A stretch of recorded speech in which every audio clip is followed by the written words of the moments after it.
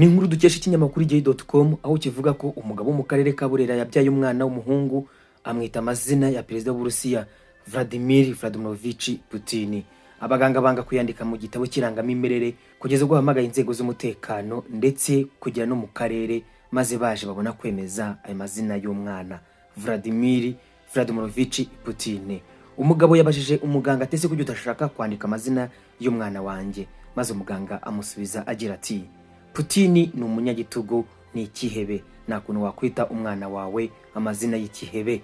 Umugabo itasubiza umuganga yihuse ati winukira umwana umwita ikihebe, nabwo Putin ari ikihebe, ndamukunda kandi n'umugabo uri muratabara isi. Atese kuki ababyeyi bamwe na bamwe bita abana babo ba Queen Elizabeth, umwana wanjye agomba kwitwa Vladimir Putin, ni mu byanga umugumane.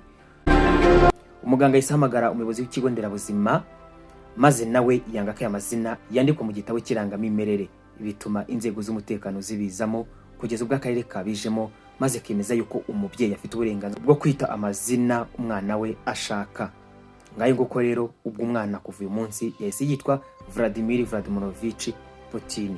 Ese umaze kumva ino nkuru, urumva umwana wawe uzamwita nde?